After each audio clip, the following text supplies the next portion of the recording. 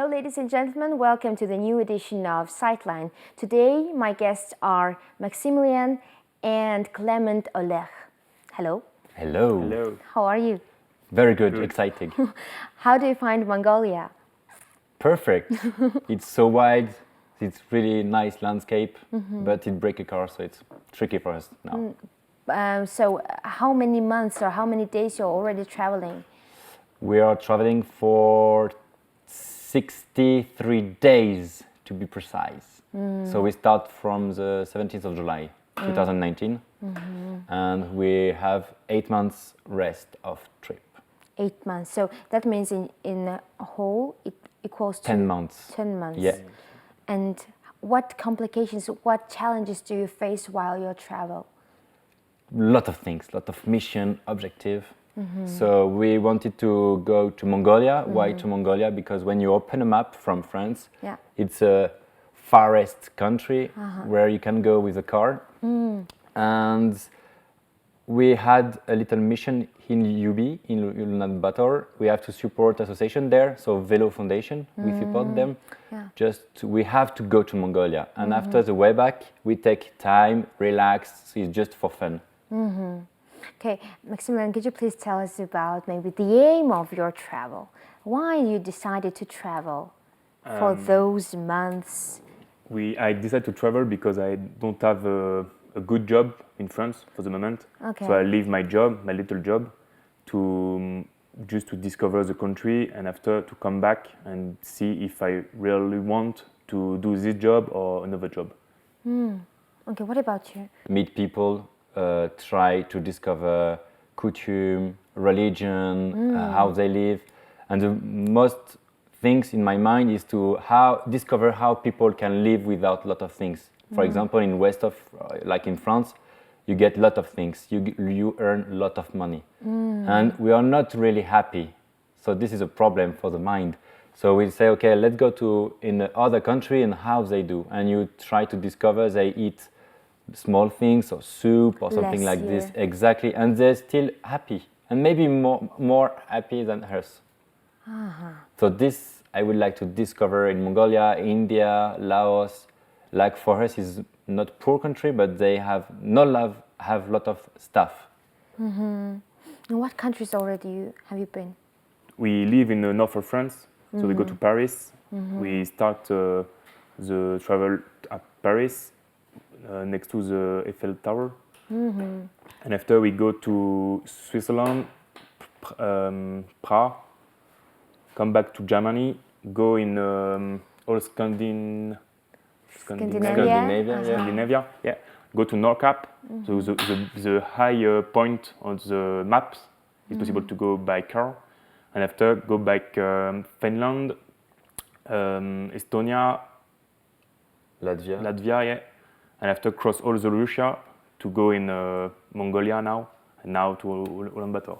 So you choose those countries by the most convenient, by the most comfortable ways to travel by car. Am I understanding right?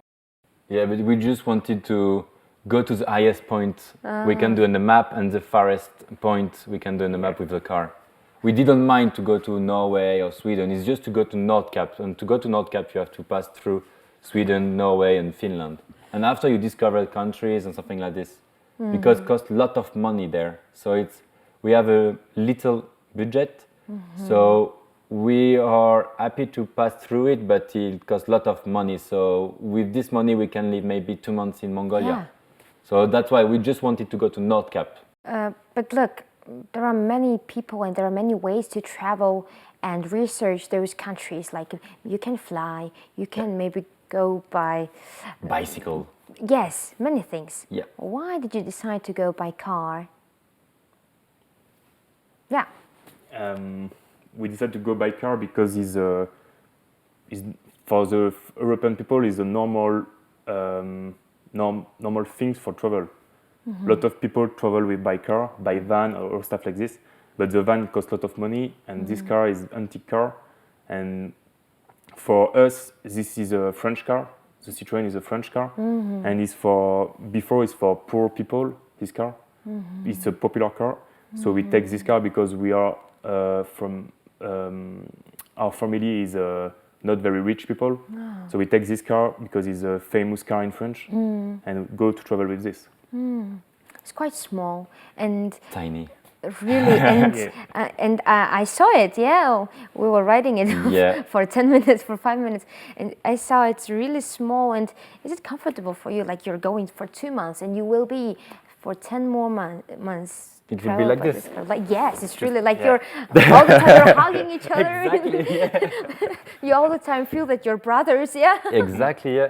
And this car is tiny, and we sleep in a tent, and the tent is the same. It's the same. So You it's really brought tiny. it all together. Yeah. Oh. So we are 24 hours. All Yeah. Together, yeah. all the time. Yeah. Wow, that's perfect. But yeah, it's still comfortable. It's tiny car, so in a big city you can go really fast in the queue or faster. You can. It's easy. We like small roads, tracks, off-road, and it's maybe easier with this car than a big 4x4 or something like this. Who is the driver? It's Clement the driver, yeah. Uh-huh. And Why? Like all the yeah, time you go. I do have little bit, but I make better photos than Clement, and I drawing when he's driving and drawing, and I make photo.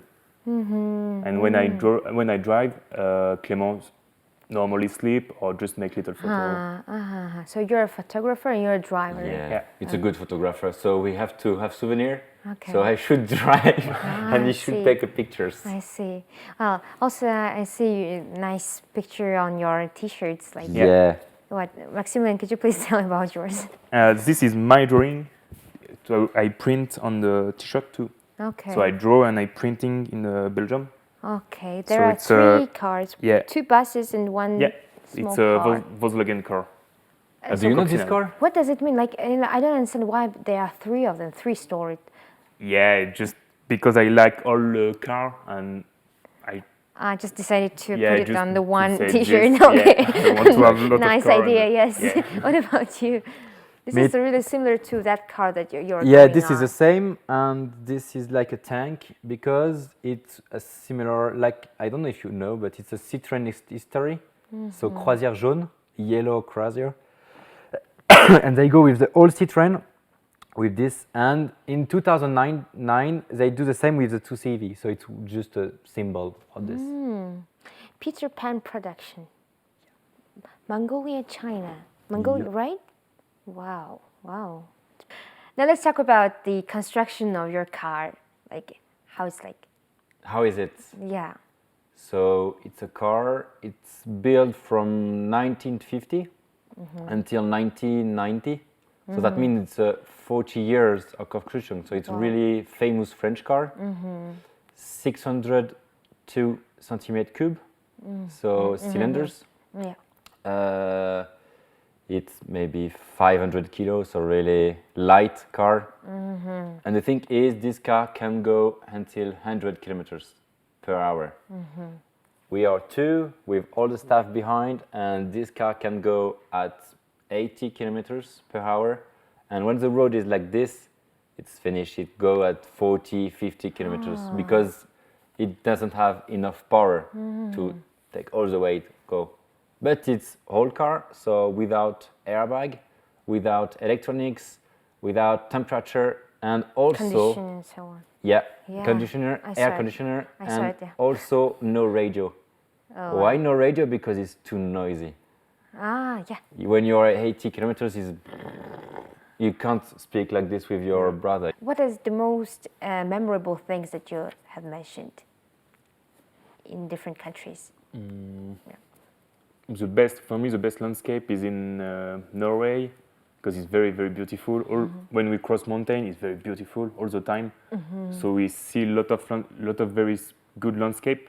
But for people we meet, I think Russian people for me I like because we don't speak, so no English, just speak with the hand, just repeat all the time. Like it's very good meeting because you have a good relation with some guys, and it's very it's all the time patience. So for me, it's Russia for the people and Norway for the landscape. And you? What But about it's quite hard to find a country a specific country which one you like, because all the country has different Specific. landscape. Yeah, exactly, and different mind. So it's really easy for us to adapt our mind for Europe, like Norway or Finland, because it's quite similar. But more we go far, like Mongolia or China or a country like this, you have to learn a lot of things new. So sometimes it's really interesting, and sometimes you said, "Oh no, I don't like it. But yeah, Scandinavia is so beautiful, but also touristic. That's the problem, and we don't really love a touristic place. So we try to find the countryside every time. In Ulaanbaatar, you have to see it because it's capital. But unless we don't go to the big town, you know, in Mongolia they are not really big town. But for example, in China, China is really big, and we can do all the west part, but we didn't do this. We'll do all a part of the countryside and try to escape to this big town because it's quite hard for us to live, and people doesn't understand what we do because they are in the routine and they work every time, something like this. But Russia is so nice, yeah, but so big country. Russia, like how did you get Russia? Through what cities? Latvia. So we enter from Latvia, to Moscow, Kazan, Kurgan, and after you have the little part of Kazakhstan, but we just go up. We didn't cross Kazakhstan, so we go up until Izhim, Novosibirsk, Irkutsk, Ulan-Ude, and go to Mongolia. So we do really, and if you see a map, it's really a straight line. Yeah. Really like the as southern fast part of Russia. Exactly. You don't face any challenges with your car. Yeah, it will be a challenge, but not now. It will be in Himalaya road, because it's really highest road in the world, and this is a old engine, and you have to set up benzene, so fuel and air every time. So you have a little screw, and you have to play with this screw.